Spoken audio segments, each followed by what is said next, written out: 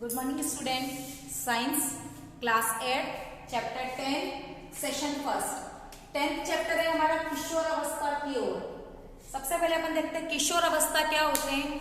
तो जनरली अपन देखते हैं कि जब अपन 10 से 12 साल के पहले की जो आयु होती है उसमें लड़के और लड़कियों में किसी प्रकार का कोई शारीरिक विभेदन नहीं होता है। दोनों समान रूप से दिखाई देते हैं, दोनों की आवाज जो होती है समान होती है, दोनों के खेलने का तरीका जो होता है वो समान होता है, लगभग सारी आदतें जो होती है वो सिमिलर होती है और हम देखकर विभेदीकरण नहीं कर सकते कि इसमें से कौन लड़का है या कौन लड़की। एकदम से जब 12 साल या 11 साल के पश्चात की जो अवस्थाएं आती हैं उसमें शरीर में कुछ ऐसे चेंजेस हो जाते हैं जिसको देखकर अपन पता लगा सकते हैं कि कौन फीमेल है और कौन मेल है। तो जीवन की वह अवस्था जिसमें ऐसे शारीरिक परिवर्तन आते हैं, ऐसे विशिष्ट परिवर्तन होते हैं जिसके कारण जनन परिपक्वता आती है, ऐसी अवस्था क्या कहलाती है? आपकी किशोर अवस्था कहलाती है।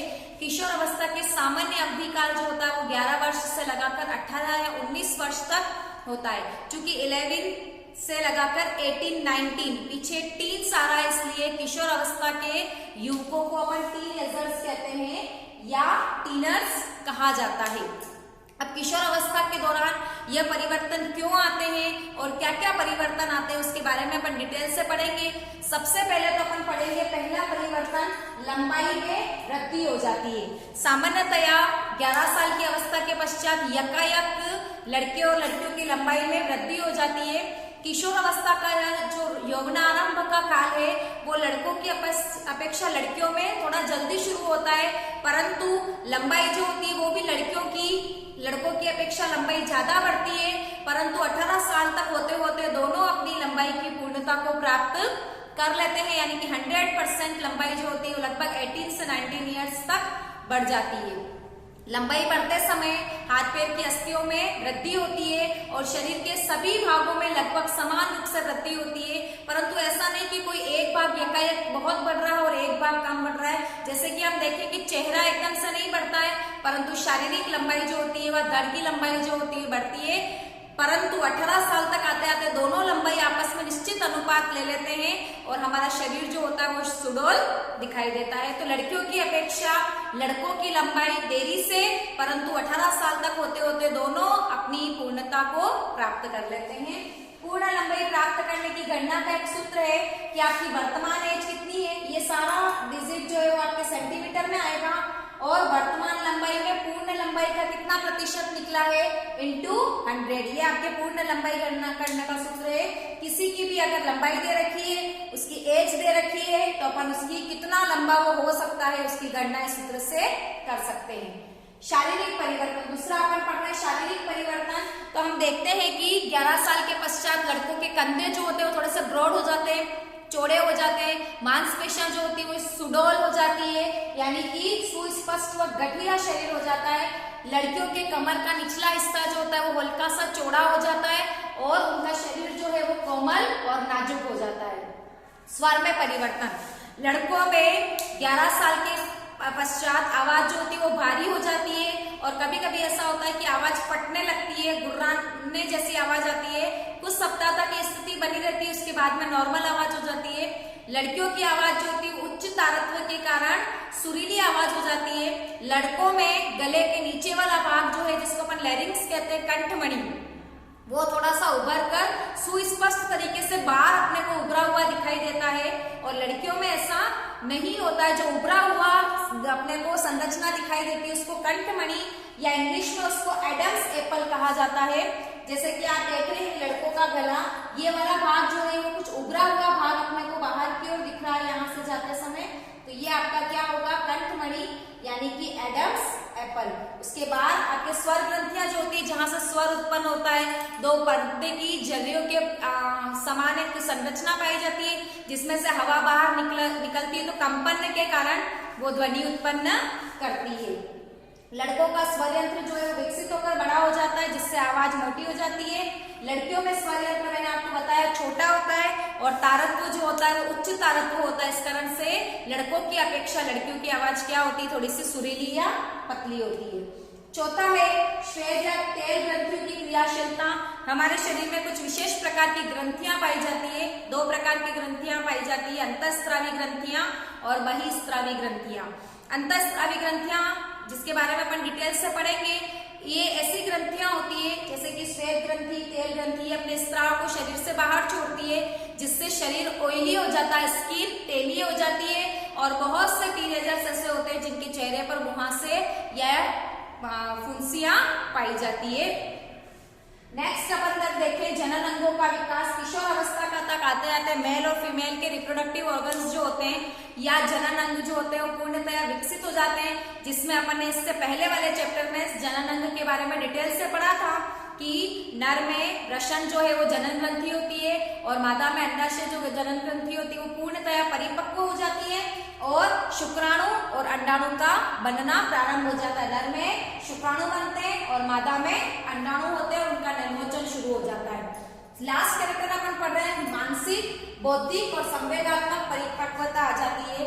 बचपन में बच्चे इतने सोचने समझने की शक्ति इतनी विकसित नहीं होती है, वो किसी चीज पर इतना ज्यादा ध्यान नहीं देते हैं, सोच विचार नहीं करते हैं, निर्णय नहीं ले सकते हैं, इमोशंस पे कंट्रोल नहीं रख सकते, थोड़ा सा कुछ कहते हैं रोने लग जाते हैं, छोटी सी बात पर हंसी आना शुरू हो जाती है। लेकिन जैसे जैसे बच्चा किशोर अवस्था की पूर्णता को प्राप्त करता है, उनके सोचने समझने की शक्ति विकसित हो जाती है, डिसीजन मेकिंग पावर उनमें आ जाता है, निर्णय लेने की क्षमता आ जाती है, इमोशंस पे कंट्रोल हो जाता है, उनको पता चल जाता है कि कहाँ पे हंसना, कहाँ पे रोना, किस तरह की बात किसके सामने किस तरह से पेश करना, ये सारे चेंजेस जो है वो किशोर अवस्था के दौरान परिपक्व हो जाते हैं। परंतु किशोर अवस्था चलती है शुरुआती तौर पर तो बच्चे थोड़े से डिस्टर्ब हो जाते हैं कि क्या सोचें, क्या करें, क्या नहीं करें, किस प्रकार से किसको अपना फ्रेंड बनाए, किसको ना बनाए, परिवार के लोगों से किस प्रकार सा व्यवहार अजीब हो जाता है। किसी काम में तो मम्मी कहती है कि तुम बहुत बड़े हो गए हो, किसी काम के लिए मम्मी कहती है कि तुम तो अभी छोटे हो, तो बच्चा खुद निर्णय नहीं कर पाता है कि मैं एक्चुअल में क्या हूँ। इसीलिए किशोर अवस्था को जो मनोवैज्ञानिक थे उन्होंने तूफानों का काल कहा है कि इस काल में इतने ज्यादा वेरिएशंस आते हैं कि बच्चा अपने को उस अनुसार ढालने में असक्षम होता है, फिर भी बच्चा कोशिश करता है कि उस वातावरण के अनुसार अपने आप को ढाले और मैच्योरिटी को प्राप्त करे। अब अपन देख रहे हैं कि किशोर अवस्था में किस प्रकार के क्या क्या चेंजेस आ गए। फिर अपन देख रहे हैं जनन ग्रंथि, हार्मोन और कार्य। नर में जनन ग्रंथि वृषण होती है, इसको टेस्टिस कहते हैं, और ये टेस्टोस्टेरोन हार्मोन सिक्रीट करती है जो कि सेकेंडरी सेक्सुअल कैरेक्टर के लिए उत्तरदायी होता है, द्वितीय गौण लैंगिक लक्षण। मादा में जनन ग्रंथि आपके अंडाशय होती है जो कि प्रोजेस्टेरॉन और एस्ट्रोजन हार्मोन सिक्रीट करता है। प्रोजेस्टेरॉन हार्मोन जो है वो बच्चा जब जन्म लेता है उस समय मांसपेशियों के संकुचन के लिए मदद करता है, जिससे बच्चे का जन्म आसानी से हो जाए। एस्ट्रोजन जो है वो सेकेंडरी सेक्सुअल कैरेक्टर के लिए उत्तरदायी होता है। अब सेकेंडरी सेक्सुअल कैरेक्टर क्या होते हैं, तो नर में दाढ़ी मूंछ का आना, शरीर का सुडौल होना, मांसपेशियों का गठीला होना, बगल व जांघ के ऊपरी हिस्सों में बालों का आना, शुक्राणुओं का निर्माण हो जाना और आवाज का भारी होना, छाती पर या चेस्ट पर बाल का आना, ये सारे परिवर्तन जो है वो सेकेंडरी सेक्सुअल कैरेक्टर कहलाते हैं, द्वितीय गौण लैंगिक लक्षण। किसमें? In male. फीमेल में क्या होता है? स्तनों का विकास होना, प्यूबिक हेयर का आना, आवाज का पतली होना, त्वचा का कोमल, मुलायम व नाजुकता के साथ में होना, साथ ही अंडाणु का निर्माण और माहवारी यानी कि मेंस्ट्रुएशन साइकिल्स का शुरू होना, जिसको अपन नेक्स्ट सेशंस में पढ़ेंगे क्या होता है। जब इन दोनों सेकेंडरी सेक्सुअल कैरेक्टर के लिए ये दोनों हार्मोन उत्तरदायी है, इन हार्मोन पर नियंत्रण कौन रखता है? पीयूष ग्रंथि रखती है, जो कि हमारे शरीर की मास्टर ग्लैंड कहलाती है और मस्तिष्क में सबसे ऊपर के भाग में पाई जाती है, शरीर में मटर के दाने के आकार की होती है। पीयूष ग्रंथि जो है वो वृद्धि हार्मोन सिक्रीट करती है, जिसको पिट्यूटराइन हार्मोन्स भी कहते हैं। यह हार्मोन बहुत सारे शरीर के अन्य ग्रंथियों पर नियंत्रण रखती है, जिसमें एक काम ये भी होता है कि जनन अंगों के जनन हार्मोन पर नियंत्रण रखना। जब एस्ट्रोजन का शुरू होता है तो स्तन ग्रंथियों का विकास होता है, और जब बच्चा शिशु जन्म के बाद दूध पीता है तो स्तनों में दूध का निर्माण के लिए भी उत्तरदायी होता है। कैसे होता है? तो पीयूष ग्रंथि द्वारा स्रावित हार्मोन जो होता है वो जननांगों को एक्टिव करता है, उत्तेजित करता है, उद्दीपित करता है कि नर जो है वो टेस्टोस्टेरोन और मादा जो है वो एस्ट्रोजन हार्मोन को क्या करे? सिक्रीट करे, स्रावित करे।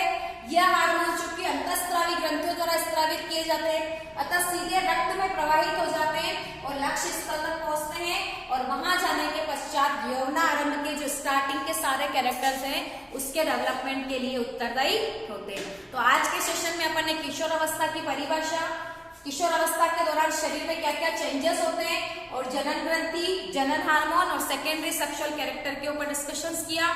नेक्स्ट सेशंस में अपन किस प्रकार से यह जनन काल जो है वो मनुष्यों में चलता रहता है, अंतःस्रावी ग्रंथियों का फ्लो चार्ट देखेंगे, सेक्स डिटर्मिनेशन देखेंगे, लिंग निर्धारण और किशोर अवस्था के दौरान किस प्रकार से हमारा खाना पीना या संतुलित आहार लेना चाहिए उसके बारे में डिस्कशंस करेंगे।